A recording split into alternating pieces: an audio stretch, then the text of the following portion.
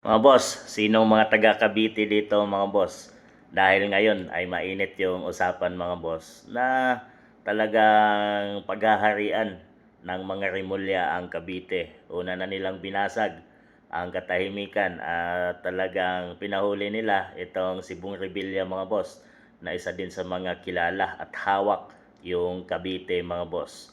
Ngayon, si Kiko Barsaga ay mainit na sinuspend at possible na tanggalin na mga boss bilang congressman. Pero yan talaga ay binoto ng taong bayan o hindi ibinoto ng mga taga Cavite mga boss, pero talagang pilit nilang ginagawa ng paraan dahil nag-iingay itong si Kiko Barsaga mga boss dyan sa kongreso. Talagang nag-iingay siya sa kanyang social media at pawang tinatamaan yung mga kapwa niya congressman at lalo na ang Pangulo ng ating bansa na si PBBM.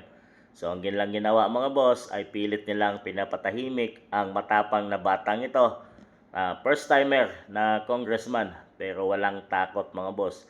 Isa siya sa mga bata ngayon congressman na may tapang at may panindigan. Walang takot, naglalahad ng kanilang tunay na serbisyo sa mamamayang Pilipino. Hindi yung kung anong pera or nasusuhulan dahil laganap nga ngayon mga boss ang corruption na nandyan nanggaling sa Kongreso mga boss o House of Representative. So ang kagalang-galang na House of Representative na gumagawa ng mga batas ng ating bansang Pilipinas ay nababahiran na ng corruption mga boss, politika, at yan ang katotohanan nakikita natin ngayon. Kung sino ang malakas sa administrasyon ay kaya nilang paikutin at kaya nilang takpan or kaya nilang bilhin ng pamamagitan ng pera ng taong bayan. So si Kiko Barzaga ay isa sa mga congressman na nag-iingay. Kabilang dyan din yung bisang batang congressman na si Leandro Libesti mga boss ng Batangas.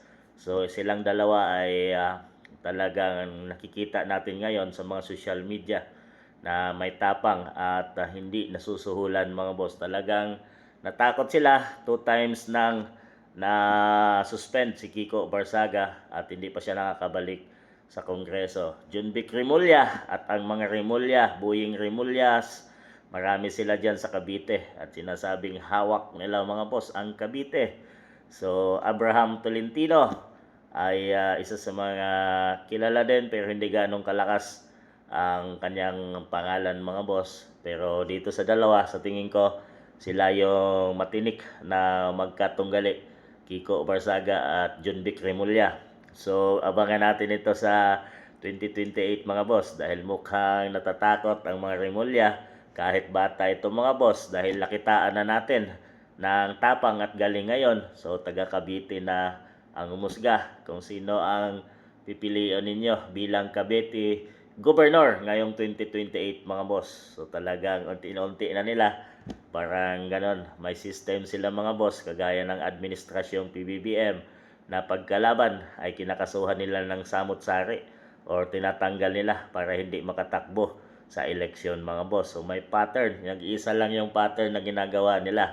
So tingnan natin mga boss dahil ang batang ito ay balang araw ay sisikat dahil sa kanyang panindigan at di nasusuhulang prinsipyo. Yan ang kailangan natin.